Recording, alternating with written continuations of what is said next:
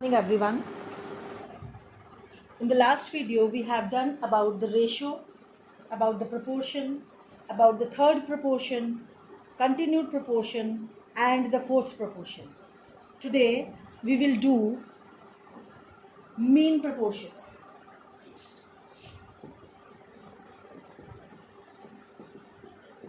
As the name itself says, mean terms. We know that the first and the fourth term are called extremes, second and the third term are called means. These are the signs of ratio and proportion. Now, if we have to find the mean proportion,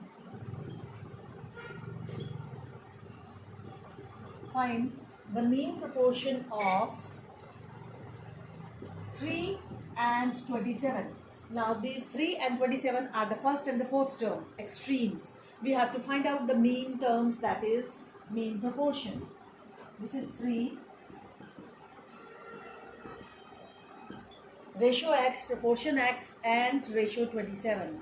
As we know that the mean terms will be repeated because they are in continued proportion. Product of extremes is equal to product of means. X multiply x is equal to 3 multiply 27. Here we will use the law of the exponent, that if the bases are same, the powers will be added. Here the power of x is 1, here the power of x is 1. When we multiply x by x, we will get x square. And 3 multiply 27 is 81. Now this is x square, this is 81. We can write 81 also as a square of 9. Now again we will use the laws of exponent, that when the powers are same, the bases can be equal. The powers will be cancelled and the bases will be equal. The mean proportion x is 9. There is one more method to find the mean proportion. Find the mean proportion of 5 and 125. Same way, we will write them in proportion. Product of means equal to product of extremes. Instead of multiplying 5 by 25, we will do the prime factorization of 125.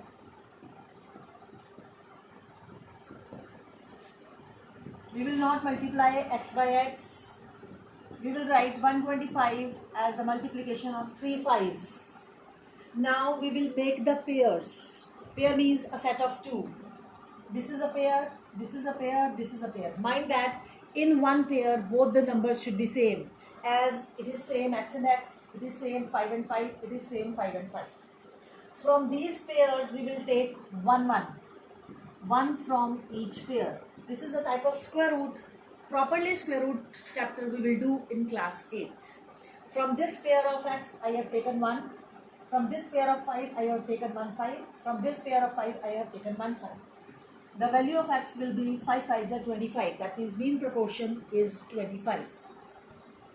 After that is to divide a number in 2 ratios or 3 ratios. To divide a particular number in 2 ratios or 3 ratios. Exercise 8.1, question number 8. If the angles of a triangle are in the ratio 4:4:2. We are given 3 ratios and we also know that in a triangle there are 3 angles. The ratio of the 3 angles is given to us 4:4:2. We can do this sum in 2 ways. As let's take angles in x. The angles will be 4x and 2x. Sum of the angles will be 4x plus 2x, that will be 10x. And the actual sum of the angles of a triangle is 180 degree, that you already know. Now this is also the sum of angles, this is also sum of angles. Two same things, they can be equal. 10x equal to 180. X will be 180 upon 10. It is 18 degree. The value of x we have got 18. We can put the value in all these 3 angles and find the value of the angles. As the first angle was 4x, we can put the value of x as 18 and we will get 72 degree. 72 degree as the first angle. Same way we will find the second angle. Same way we will find the third angle.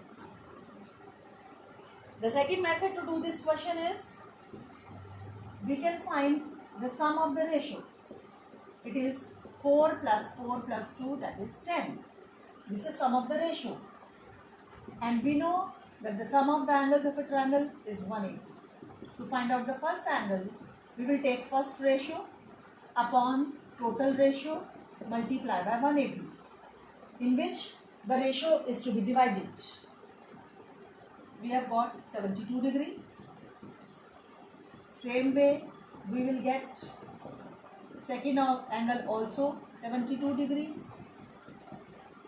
Third angle 2 upon 10 multiply 180 as 36 degree.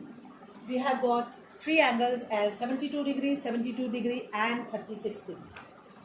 This is how to divide a number, particular number, in 2 ratios or in 3 ratios. Now the next topic is unitary method.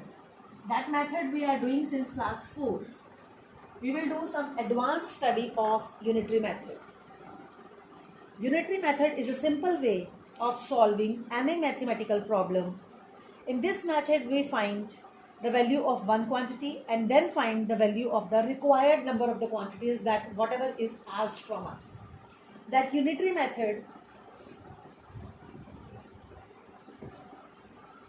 is related to two proportions. The first one is direct proportion, or you can say direct variation.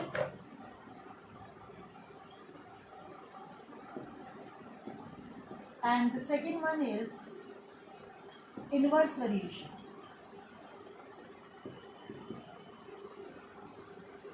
Unitary method with direct variation. Direct variation is the variation where value of one quantity increases with the value of other increasing value of the other quantity. For example, I am taking two things, mangoes and its cost. Suppose 50 rupees is the cost of 1 kg mangoes. 50 rupees is the cost of 1 kg mangoes. What will be the cost of 5 kgs mangoes? From 1, I have increased the quantity of the mangoes to 5. 1 से 5 पर increase हुई है value. Same way, अगर quantity of mangoes is increased, this is but obvious, the cost of the mangoes will also be increased. That 1 kg cost 50, then 5 kg will be 250 rupees. That will also be increased. One quantity is increased with the increasing value of the other quantity. That is called direct variation. After that, inverse variation. Inverse variation is the variation where value of one quantity increases with the decreasing value of the other quantity. For example, 6 men are working and they complete a particular piece of work in 36 days. 6 लोग काम कर रहे हैं और एक काम वो 36 days में finish कर देते हैं. 6 people are working and they finish that work in 36 days. Suppose we have increased the number of people. हमने 6 से number of people को बढ़ाकर 18 कर दिया. Obviously the manpower is increased, the number of men is increased, the number of days will be less. क्योंकि अब वो काम जल्दी खत्म हो जाएगा, क्योंकि अब उस काम को ज़्यादा लोग काम कर रहे हैं. उस काम को ज़्यादा लोग कर रहे हैं, तो number of days will be decreased. Suppose the number of days is x. For the inverse variation, we will do the multiplication of the numbers like this. 6 multiply 36 is equal to 8 multiply x. 6 multiply 36 upon 8 is equal to x. Sorry, 18. It is 18. 18 2s are 36.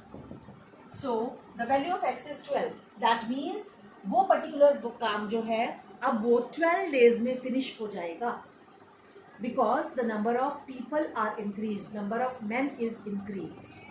For the direct variation, we will do the cross multiplication, as the cost and the mangoes. Suppose 100 rupees is the cost of 2 kg, and if we have to find out the cost of 5 kg, that we take it as x. Then to find the value of x, we will do the cross multiplication. Whether in the question there is direct variation or inverse variation, you have to read the question very, very carefully and think about that whether there is direct variation or inverse variation, the value of x will increase or decrease. So it will be 100 multiply 5, x multiply 2. 100 multiply 5 upon 2 is equal to x. The value of x will be 250 rupees. If the quantity of mangoes is increased, the cost will also increase. That is 250 rupees. One more example for the inverse variation. Suppose in a family there are 4 members. 4 number of members are there, and gas cylinder they consume for 30 days.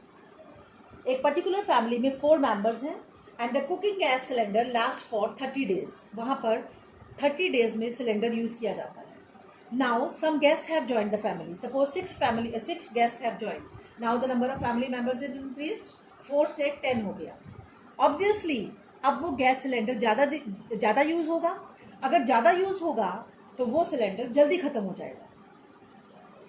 Number of members 4 से 10 हो गए हैं. पहले cylinder 30 days चलता था, अब cylinder जो है वो लेस डेज चलेगा. This is inverse variation. 4 multiply 30 is equal to 10 multiply x.